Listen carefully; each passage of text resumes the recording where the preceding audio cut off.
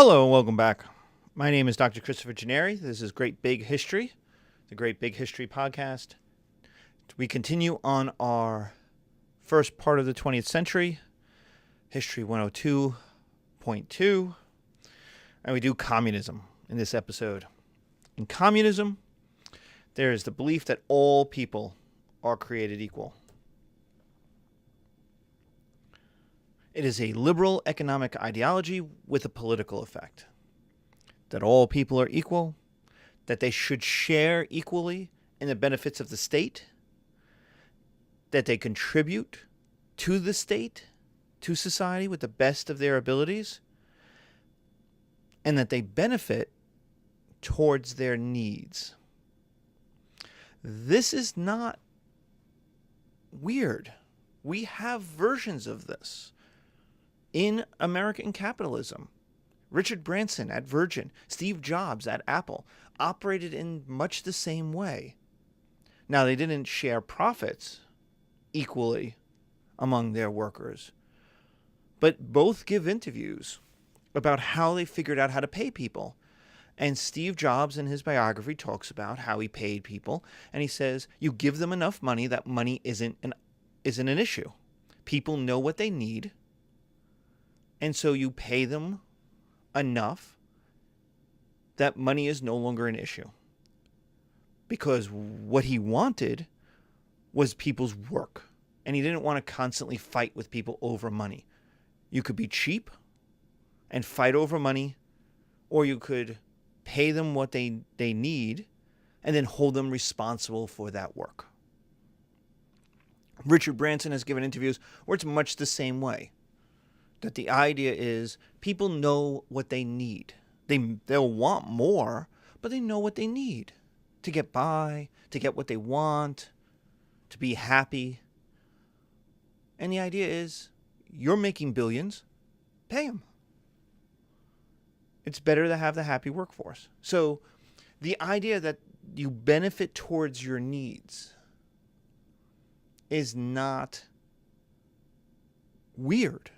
Even in America.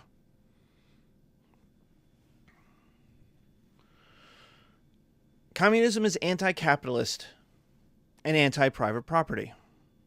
In this way, it's very Rousseauian, as we discussed. It sees people as good, and it sees the system as enslaving them. So it sees capitalism as an exploitation. The most easiest version of this is slavery, where the owner gets 100% of the profit and the worker, despite creating the wealth, gets nothing.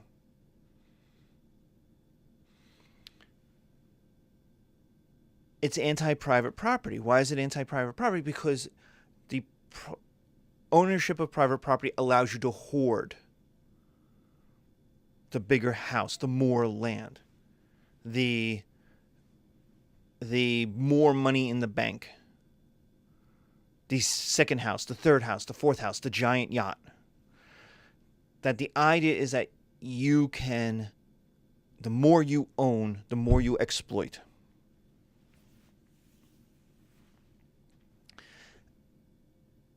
And so it's against hoarding, basically. It's anti-party and anti-government. This is Rousseau's general will. It sees these things as setting people apart. And you've heard this, even in America. If you've heard people say, we are so polarized, the Democrats and the Republicans, we're so separate. That's anti-party. Our founding fathers were anti-faction. They said, everyone will just get along. We're all Americans. We all have the same interests. We'll just agree. And so they wrote the Constitution, passed the Constitution, and then immediately broke into parties. In fact, they were breaking into parties about the very act of the Constitution was breaking them into parties. And so communism is we'll all be one party. We'll all get along because we all have the same interest. We are all humans. We all want the same things. We all want to have a happy life. We all want to have a good future for our kids. We want to take care of our families. What is it to fight about? Everything else after that is little things, nuance. It's anti-government because it sees government as exploitive. It sees government in league, especially in capitalist states, with the capitalists in order to exploit workers.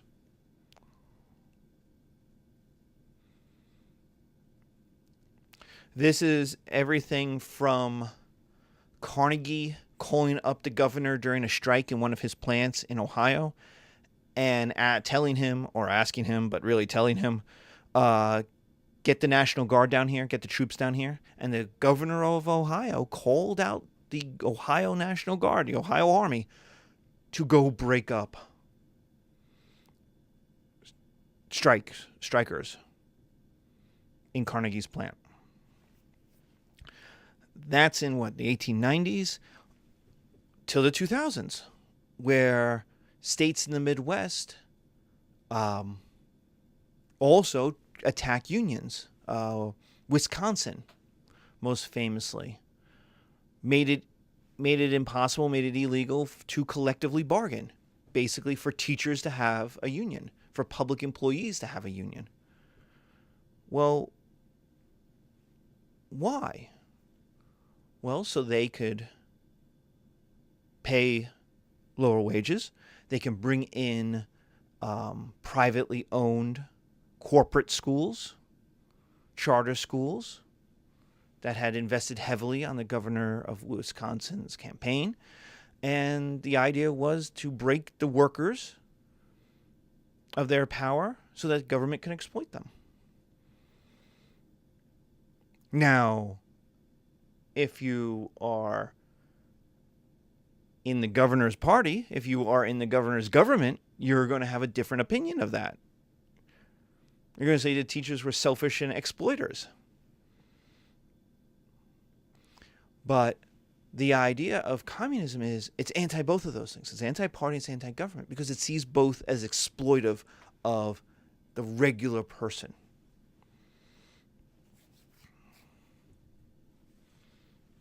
The idea of communism is to free all people from the limitations of oppression, from authority, from misogyny. I mean, the Soviet Union put their first woman into space in 1963. The United States, the capitalist, freedom-worshipping land of the home and the brave, land of the free and the brave, did not put a woman into space until 1983. How does that make sense?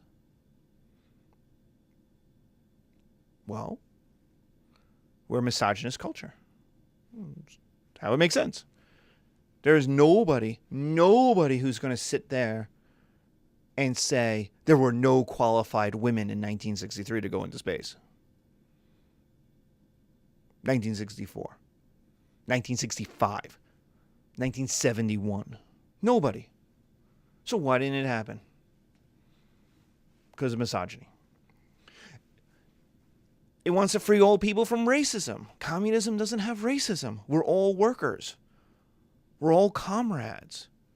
This was big in the 60s. If you watch the series The Americans, in the first season, the two Soviet spies spend a lot of time recruiting or being part of civil rights and African American civil rights movements.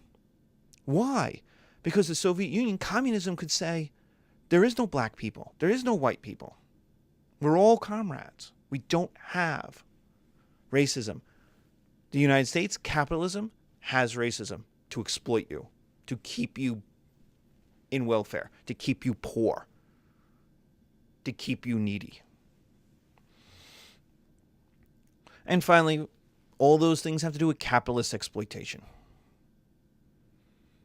The idea that the owner of the business will use your poverty against you.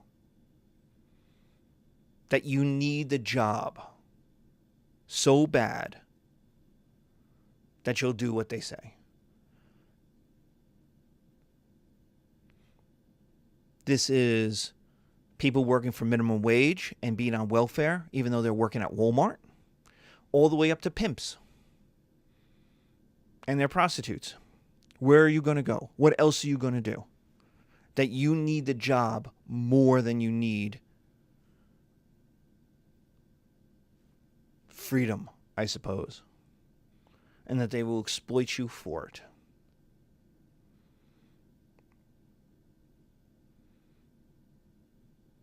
And again, we have to have a definition of what is rich and poor in this class, in this discussion. Poor people are the 99%. Throughout all of history, if you may go, well, I'm middle class, I'm not poor. That's a lie. You're lying to yourself in order to make yourself feel better. You are poor. Why? Because if you lost your job,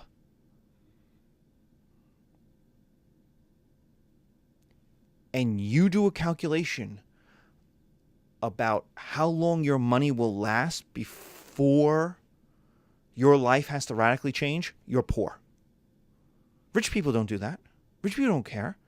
Losing their job is an opportunity to write a book, start a business, be an entrepreneur. For a poor person, losing their job is a countdown to disaster. Do I have to sell my house? Can I keep my house?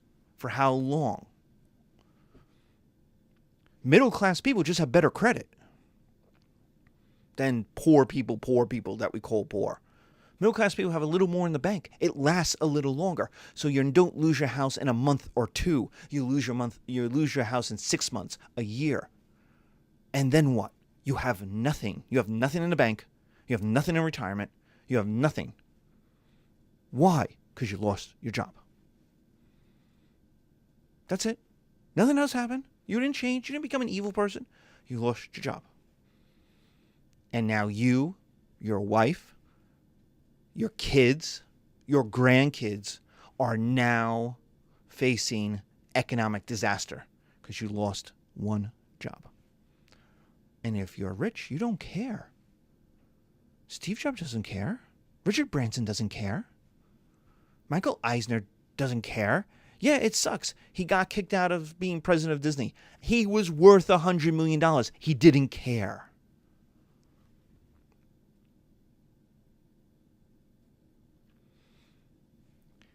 What communism is trying to do as a philosophy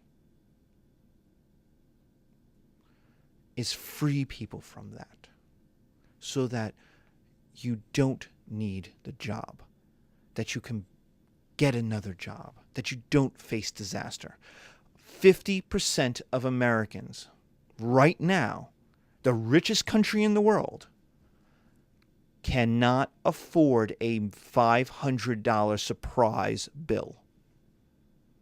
$500. Half of Americans. Rich people, $500 is nothing to rich people.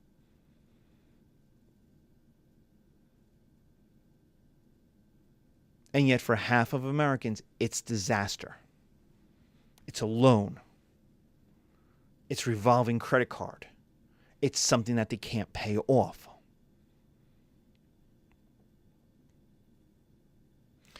So that's what communism is trying to free people from. That fear, that capitalistic exploitation, that racism, that misogyny. If you want a better example, take Obamacare. The idea of Obamacare was people will have insurance without having to be tied. And this is what all universal healthcare in every other country in the modern world has, that you're not tied to your job. Because healthcare tied to your job is capitalist exploitation. Why? I can't leave my job. Why? I can make more money somewhere else. Maybe I can start a business. But I need the healthcare. I got 2 little kids. I got grandkids. I got nieces and nephews. I got whatever I've got. It doesn't matter. I got me. And so if you leave that job, you lose your health care. If you have cancer, diabetes, a whole host of other things, you're stuck. And this is where the exploitation comes in. Because the boss man, the owner, comes and goes, look, this medical stuff is expensive. You're not going to get a raise. And you say, that sucks, man. I want a raise. And he says, well, you can quit and lose your health care, or you can keep your health care and keep working for the same amount. In fact, actually, we didn't make as much money this year, but I have a mortgage on my $5 million house, so I need to make the same amount of money as I did last year. So you're going to take a pay cut, but you'll get to keep your health care. What are you going to choose? You got a little kid. You got a baby who needs medicine, his vaccinations, all kinds of stuff. He gets ear infections all the time. What are you going to do? And that's capitalist exploitation. That's what we're talking about. That's what communism is trying to free people from. What about women? How does it work for women? Women get the same education as men, which is literally what we're doing now in college, in my class.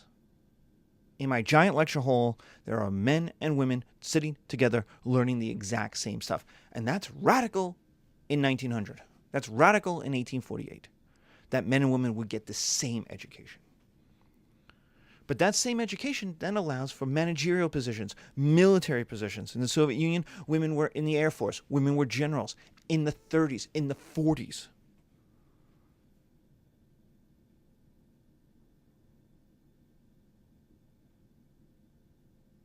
I don't know if a woman is a combat commanding general, an infantry division commanding general in the American Army. Not in the Iraq War. We had a whole bunch of men. There were some women, female generals, but they weren't in charge of combat divisions. I don't honestly know if it's changed since. What all this did was give jobs, important jobs, empowerment, the overthrow of the patriarchy. That women were comrades. They weren't wives anymore. They weren't subservient. They're not protected as children or as mothers, which is the traditional way of treating women. They could be equals. And that's liberating for women, is the idea. Now, this is, of course, the philosophy of it. As a practice, we'll talk about the practice. But this is the idea of it, that women were equal, that patriarchy is capitalist exploitation. Why? Why is it capitalist exploitation? Well, one, how much do you get paid for childcare? By your husband? By the father of your kids? That's free labor. Now, you're working for your children, but your husband is out making the money, of which now you're dependent on. What if he goes and drinks it away? What if he makes bad investments? What's going to happen to you? Meanwhile, you're working, you're taking care of the kids. You're a mom. You got 2, 3 kids. And you are doing labor for nothing. Absolutely nothing. There's nothing going on that's enriching you. And you go, well, I love being a mom. Yeah, but if you were just a mom, what would happen to your bank account? Can you live on just being a mom? And that's how you're exploited. Your labor is exploited. Whether you like it or not, your labor is exploited by the patriarchy.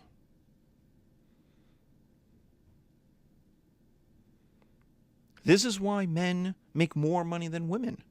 It's ultimately about childcare and children. That women take a hit in the United States because they have to leave the job. And we don't have maternity leave like the Swedes do, like Norway does. And so women leave the workforce, they fall behind on promotions. They fall behind on moving laterally to new companies. They fall behind at the company itself. They may have to quit. If you're an hourly employee and you have a kid, you're screwed. Because if you don't work, you don't get paid.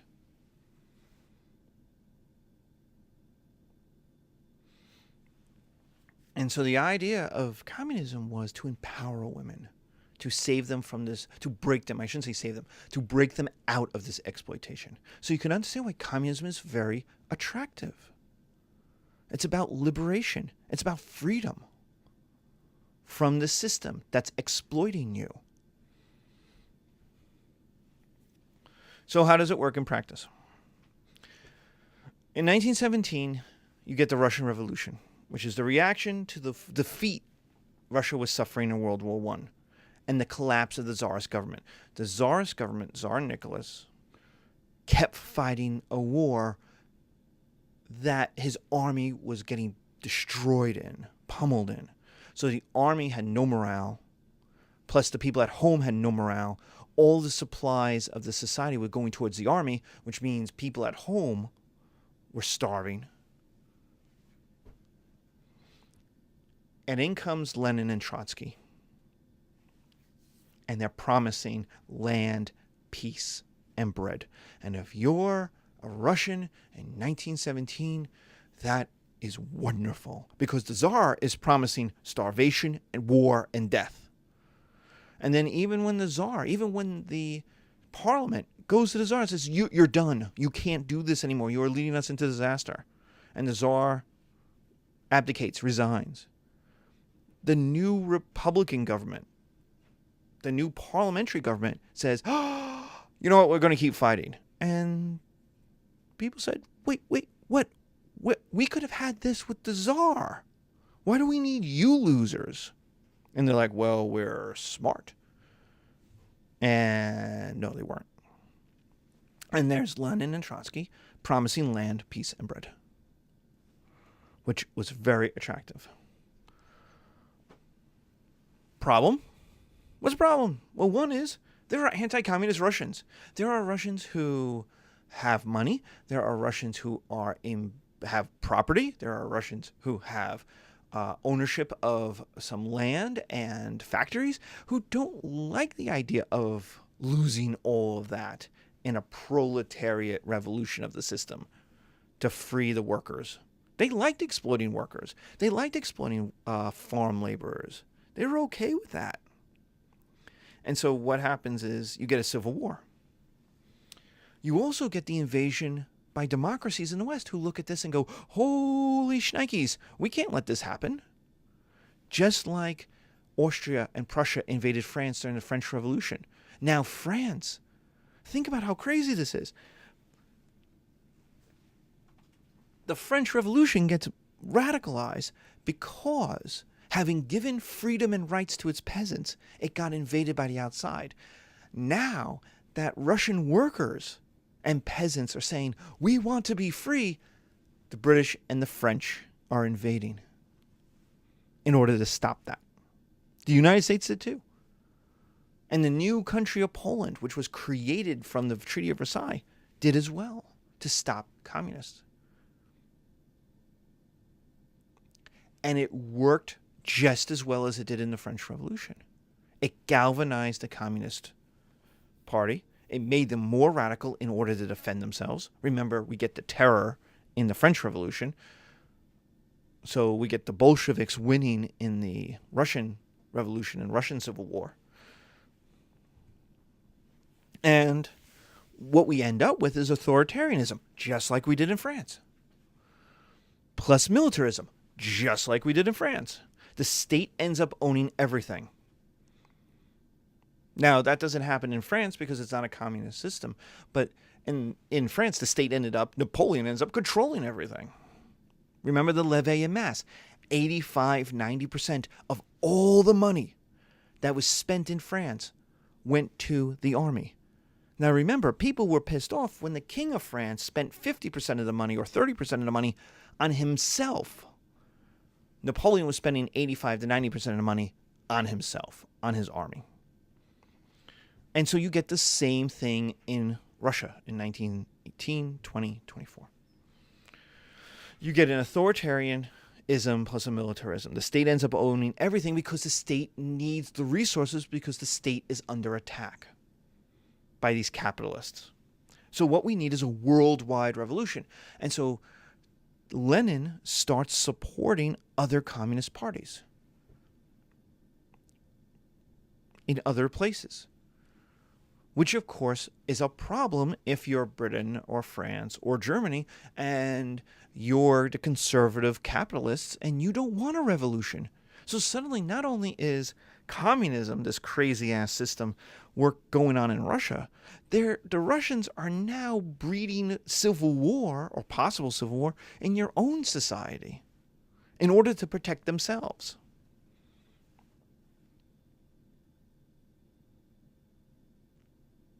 The effect is that Russia is outside the international system, outside the world system. They don't have trade with almost anybody. The United States, Britain, France have no diplomatic relations. They cut off. They see the system as too dangerous. What if it happens here? Trade, the League of Nations, diplomacy. There is not an American diplomat in the Soviet Union, in Russia, in the Soviet Union, till the 1930s.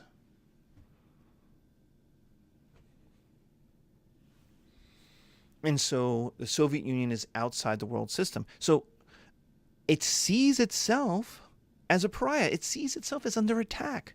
So everything it's doing is to protect itself.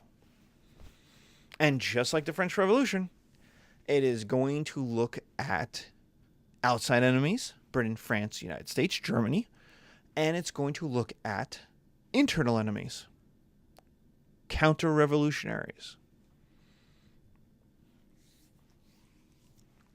Lenin dies in 1924.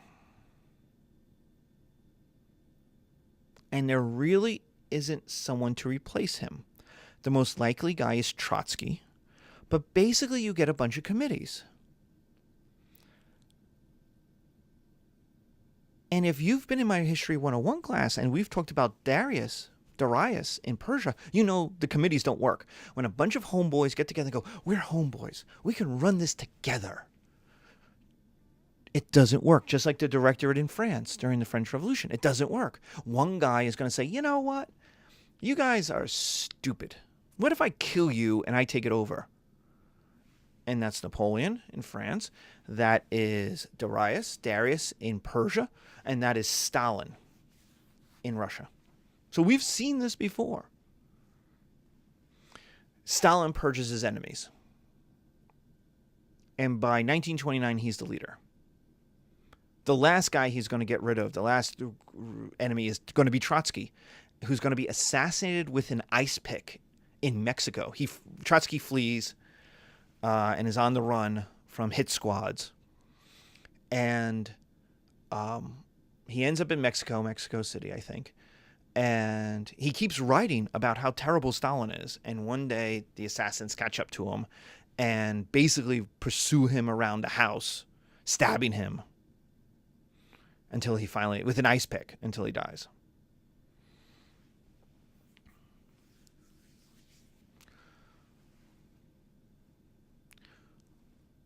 Stalin has a problem. Stalin is not Trotsky, and he certainly isn't Lenin. He was a minor figure in the revolution and the civil wars. He's not a nobody. He's not a nothing. He's not even Russian. He's Georgian, which shows how you can rise in communism. But the idea is Stalin has a problem. Why should he get to run the show? He ran the show because he murdered and liquidated and eliminated his enemies. But that doesn't get you to run a country. Like, the people could overthrow you. The army could overthrow you. And so what he begins to create is a personality cult. That Stalin, meaning steel in Russian, is the great leader after Lenin. That it's Lenin and Stalin. Forget all the guys in the middle. Now, Lenin hated him. Lenin did not like Stalin at all. Lenin didn't see him as his successor. And so what Stalin brings into the system is a paranoia, a fear of enemies. And that makes sense, because he doesn't have a secure basis for his power, for telling people what to do. And like Tiberius, he kept his power by whacking other guys, by eliminating his enemies. Well, if that's how you're running your government, why wouldn't you think other people are out to get you? If you were out to get other people, why wouldn't you think other people are out to get you? And so we have paranoia of the outside, Britain, France, Germany, United States, and of the inside. And so paranoia of the outside is they're going to invade us again. They're going to do what Germany did from 1914 to 1918, what the Western powers did in the early 20s. So we need to catch up. We are behind. We are powerless against them. We need to catch up. We need to be taken seriously. We need to have enough power that they don't invade us. And so you have massive forced industrialization. The USSR is the only country to make money during the Great Depression. One, because it's outside the banking system that's collapsing in 1929. Two, it's making giant industrial goods.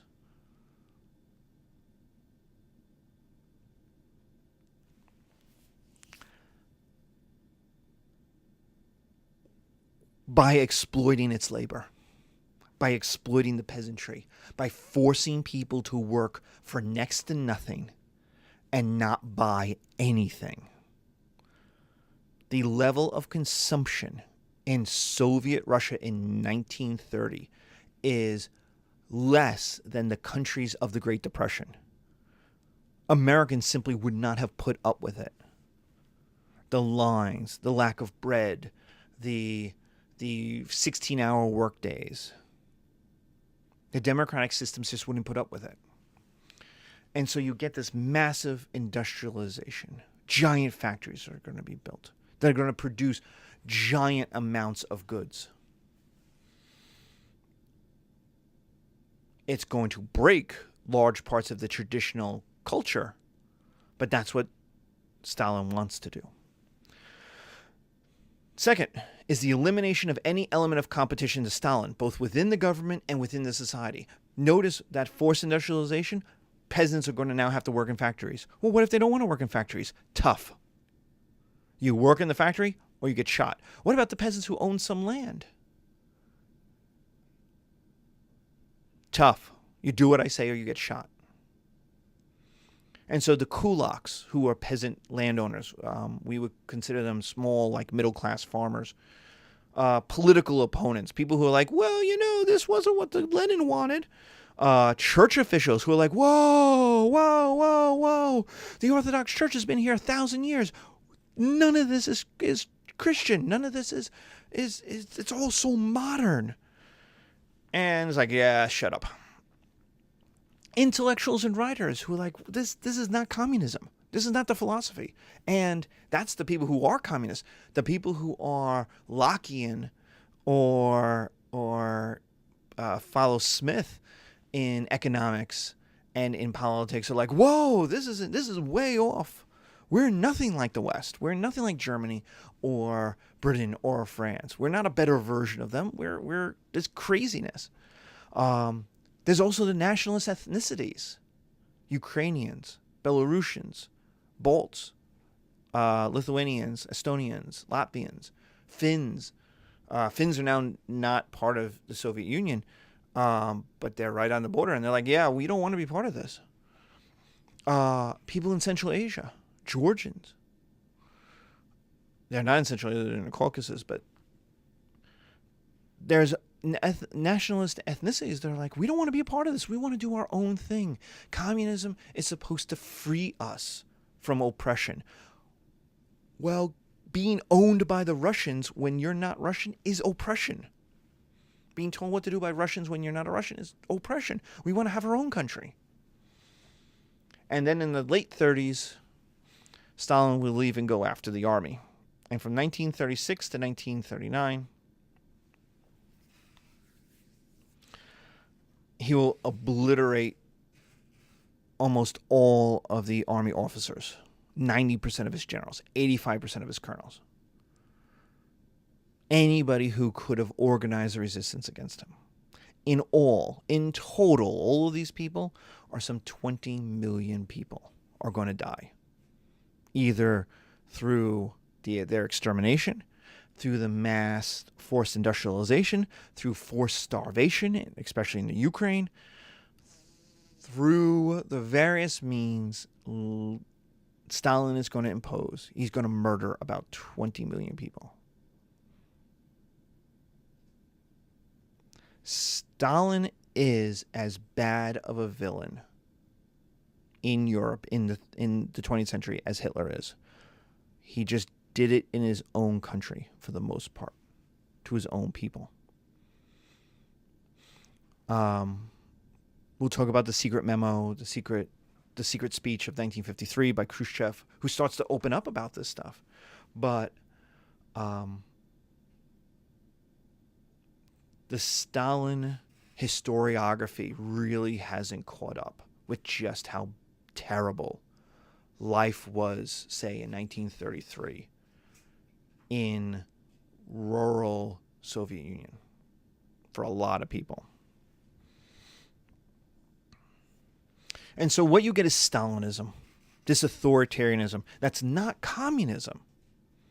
Remember, we talked about communism. Communism is about liberation. Communism is about equality. Communism is about anti-misogyny and racism. That's not Stalinism. Stalinism has all of those things. The Russians are better than other peoples in the Soviet Union.